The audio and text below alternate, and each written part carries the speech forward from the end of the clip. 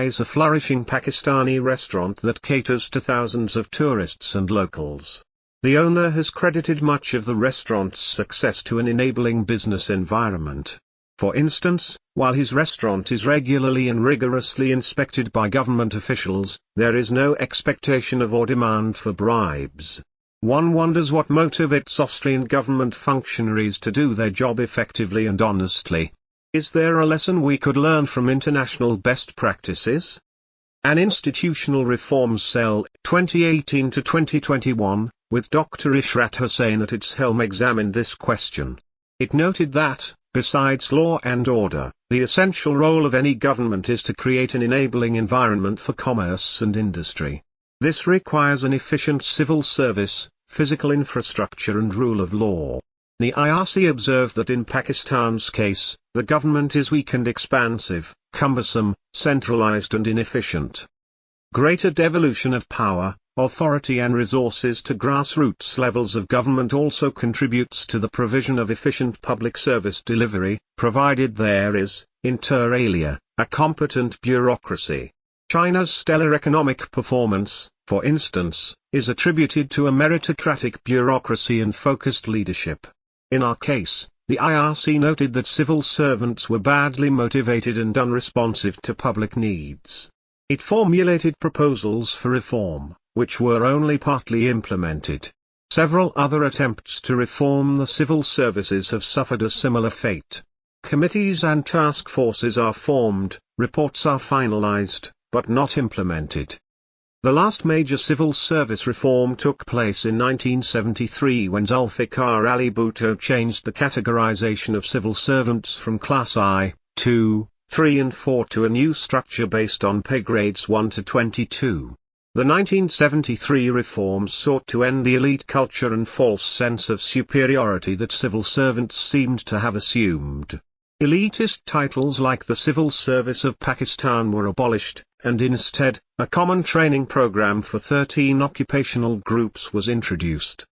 Why has Pakistan not learned from examples abroad? But these reforms had a downside. They withdrew constitutional guarantee for service security, leading to frequent transfers of civil servants on political grounds and undermining rule-based governance and policy continuity. Salaries were also compressed. Over time, the best and brightest started avoiding the civil service, and mediocre and pliable civil servants began to run government offices and institutions. Politicization and mediocrity have severely impaired the government's capacity to create a congenial business environment or render efficient public service delivery. Gen Musharraf's National Reconstruction Bureau tinkered with some aspects of the civil service, ostensibly to reconstruct local governments, but many of the measures became controversial and were later reversed. Clearly, a reform package should cover the whole value chain of human resource policies.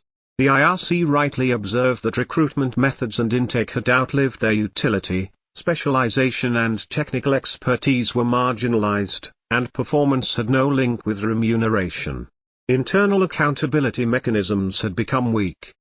To address this, the IRC proposed an all-Pakistan National Executive Service for senior management positions, and the introduction of 4 specialized cadres under it for economic management, technical, social sector management, and general management. Another sound proposal was to reduce the hierarchy of each ministry and department from 5 to 3, deputy secretary, joint secretary, secretary, in order to infuse efficiency. Central to civil service reforms is the system of recruitment of candidates for the Central Superior Services by the Federal Public Service Commission, FPSC. The process of recruitment is long and tedious and benefits rote learners more than critical thinkers.